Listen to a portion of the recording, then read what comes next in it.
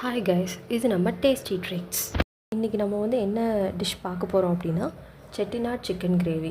So இதுக்கு first இன்க்ரீடியன்ட்ஸ்லாம் என்னென்ன அப்படின்னு பார்த்துருவோம் லைனாக. ஃபஸ்ட்டு நல்லெண்ணெய், கடுகு, onion, green chilli, ginger garlic paste, curry leaves, tomato, மஞ்சள் தூள், மிளகாய் தூள், கறி மசால் தூள், அப்புறம் க்ரீமியான கர்ட் எடுத்துக்கோங்க. நான் சிக்கன் 1 kg எடுத்திருக்கேன். அப்புறம் சால்ட்டு, கொத்தமல்லி இலை. ஓகே, நம்ம இப்போ ப்ரிப்பரேஷன் பார்க்கலாம். ப்ரிப்பரேஷனுக்கு ஃபஸ்ட்டு என்ன பண்ணோம் அப்படின்னா, நான் ஒரு கடாய் எடுத்து வச்சுருக்கேன். இந்த கடாயில் 2 குழிக்கரண்டி நல்லெண்ணெய் ஊற்றிக்கணும்.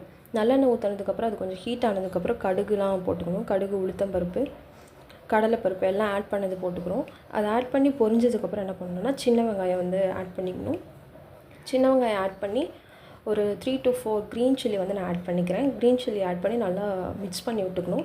மிக்ஸ் பண்ணதுக்கப்புறம் ஆனியன் நல்லா கோல்டன் டீப் ஃப்ரை பண்ணதுக்கப்புறம் கோல்டன் கலர் வந்ததுக்கப்புறம் நம்ம என்ன பண்ணணும்னா ஜிஞ்சர் கார்லிக் பேஸ்ட் ஆட் பண்ணிக்கலாம். ஜிஞ்சர் கார்லிக் பேஸ்ட் ஆட் பண்ணும்போது நம்ம மிக்ஸ் பண்ணிகிட்டே இருக்கணும், இல்லைன்னா கீழே அப்படியே அடி பிடிச்சிரும். ஸோ மிக்ஸ் பண்ணதுக்கப்புறம் கறி லீவ்ஸ் ஆட் பண்ணிக்கலாம்.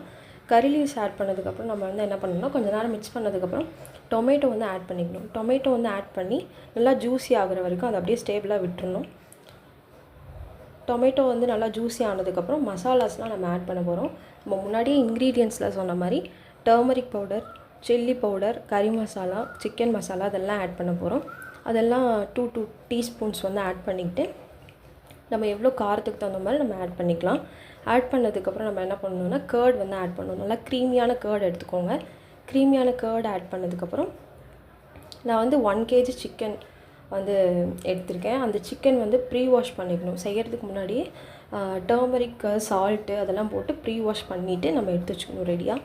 ஸோ இப்போ மசாலாலாம் ஆட் பண்ணதுக்கப்புறம் நல்லா மேரினேட் ஆனதுக்கப்புறம் அந்த சிக்கன் ஆட் பண்ண போகிறோம். சிக்கன் ஆட் பண்ணதுக்கப்புறம் தேவையான அளவு சால்ட் போட்டு வாட்டர் கன்சிஸ்டன்சி நம்ம ஜூஸியாக கிரேவி வேணும்னா நல்லா தண்ணி ஊற்றிக்கலாம்.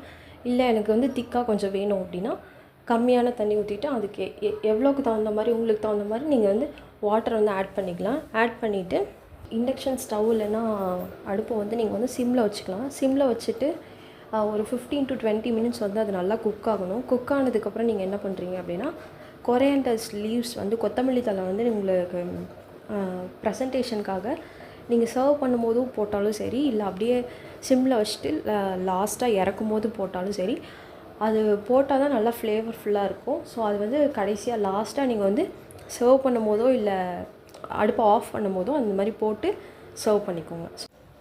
ஸோ இப்போ தான் நம்ம சேனல் ஸ்டார்ட் பண்ணியிருக்கோம். So we want your cooperation. Keep watch our video. Do like, comment, share and subscribe for more videos. Thanks all.